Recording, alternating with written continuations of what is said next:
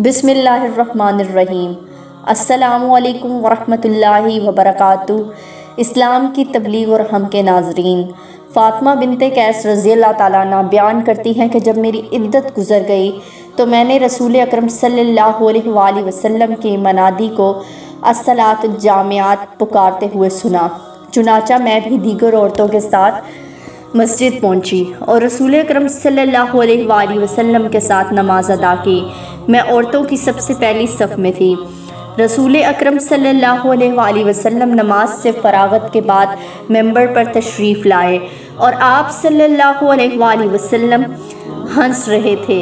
پھر فرمایا، ہر کوئی اپنی نماز کی جگہ پر ہی بیٹھا رہے۔ پھر آپ صلی اللہ علیہ وآلہ وسلم نے فرمایا، تم لوگوں کو معلوم ہے کہ میں نے تمہیں کیوں اکٹھا کیا ہے؟ لوگوں نے عرض کیا، یا رسول اللہ صلی اللہ علیہ وآلہ وسلم، یہ اللہ اور اس کے رسول صلی اللہ علیہ وآلہ وسلم ہی بہتر جانتے ہیں۔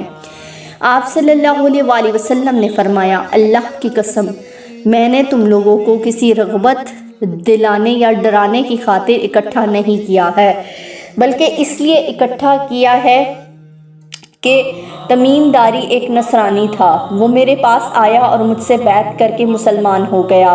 اس نے مجھے ایک بات بتائی جو میری اس بات کی موافق پڑی جو میں تم لوگوں سے دجال کی بابت بیان کیا کرتا تھا۔ تمیم داری نے مجھ سے بیان کیا کہ لخم اور جذام کی قوم کے 30 آدمیوں کے ساتھ سمندری جہاز میں سوار ہوا۔ سمندر کی موج نے ان لوگوں کو 1 ماہ تک پریشان کیے رکھا۔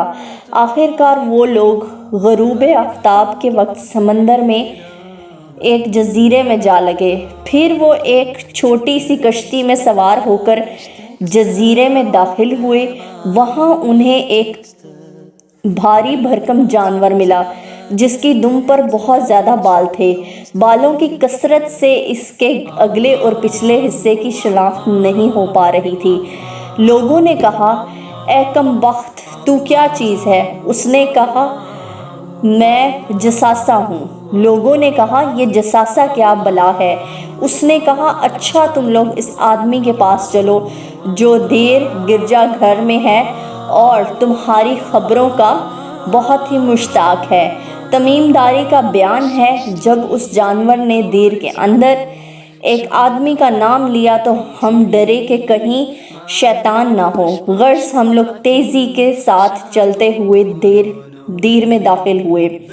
دیکھا تو وہاں ایک بڑے قد کا آدمی ہے کہ اتنا لمبا تڑنگا اور ایسا سخت جکڑا ہوا آدمی ہم نے کبھی نہیں دیکھا تھا۔ اس کے دونوں ہاتھ گردن کے ساتھ اور دونوں زانوں سے دونوں ٹخنے تک لوہے سے جکڑے ہوئے تھے۔ ہم نے کہا، ارے کم بخت، تو کیا چیز ہے؟ وہ کہنے لگا، تم لوگ اب میری خبر پر قابو پا گئے، یعنی اب تو میرا حال تمہیں معلوم ہو جائے گا۔ پہلے تم اپنے بارے میں بتاؤ کہ تم کون لوگ ہو؟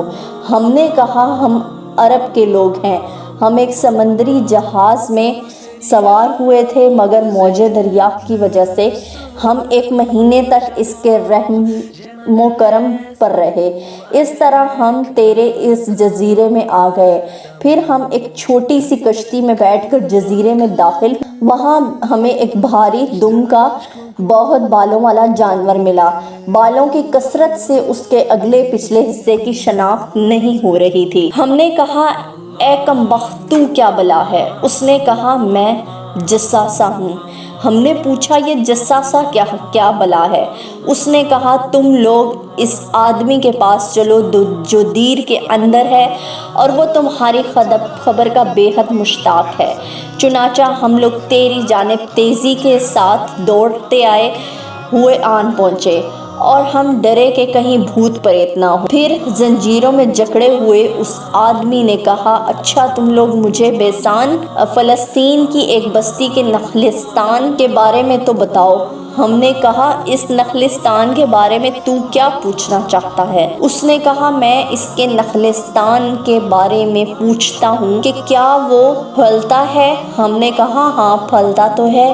اس نے کہا اب عنقریب وہ نہیں پھلے گا۔ پھر اس نے کہا مجھے تبرستان کے سمندر کے بارے میں بتاؤ۔ ہم نے کہا اس کے بارے میں کیا پوچھنا چاہتے ہو؟ اس نے کہا کیا اس میں پانی ہے؟ ہم نے کہا ہاں اس میں تو بہت زیادہ پانی ہے۔ اس نے کہا عنقریب اس کا پانی سوکھ جائے گا۔ پھر اس نے کہا مجھے زغر ملک شام کا ایک شہر کے چشمے کے متعلق معلومات دو۔ ہم نے کہا اس کے بارے میں کیا معلومات چاہتے ہو؟ اس نے پوچھا کیا اس چشمے میں پانی ہے اور کیا اس چشمے کے باشندے اس کے پانی سے کھیتی کرتے ہیں؟ ہم نے بتایا ہاں اس میں تو ابھی بہت پانی ہے اور وہاں کے باشندے اس پانی سے کھیتی باڑی کرتے ہیں۔ پھر اس نے ہم سے پوچھا مجھے عرب کے نبی کے بارے میں بتاؤ۔ ہم نے بتایا وہ مکہ سے نکلے اور مدینہ گئے۔ اس نے کہا کیا عرب نے اس نبی کے ساتھ لڑائی کی؟ ہم نے کہا ہاں۔ اس نے کہا نبی نے عربوں کے ساتھ کیا کیا؟ ہم نے اسے بتایا کہ وہ اپنے گرد و پیش کے عربوں پر غالب آ گئے اور انہوں نے ان کی اطاعت کی۔ اس نے کہا یہ بات ہو چکی۔ ہم نے کہا ہاں۔ اس نے کہا آگاہ رہو، عربوں کے لیے اس میں خیر ہے کہ وہ اس نبی کی پیروی کر لیں، اور میں تمہیں بتا دوں کہ میں ہی مسیح دجال ہوں۔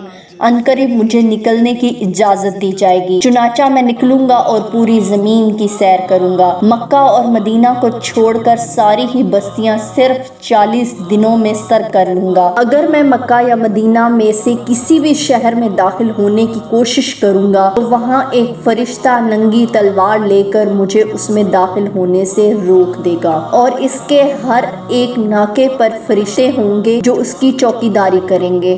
فاطمہ بنت قیس رضی اللہ تعالیٰ عنہ کہتی ہیں کہ اتنا بیان کرنے کے بعد رسول اکرم صلی اللہ علیہ وآلہ وسلم نے اپنے عصا سے ممبر پر مارتے ہوئے فرمایا یہی طیبہ مدینہ ہے، یہی طیبہ ہے، یہی طیبہ ہے، خبردار رہو۔ کیا میں تم کو اس سے خبر دے چکا ہوں؟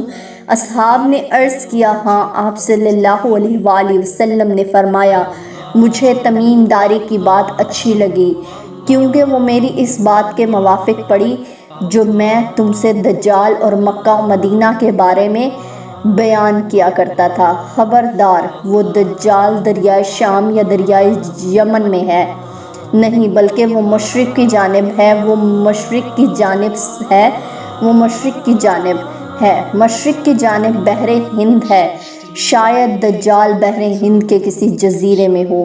اور آپ صلی اللہ علیہ وآلہ وسلم نے اپنے ہاتھ سے مشرق کی جانب اشارہ فرمایا۔ مسلم کتاب الفتن باب الحساست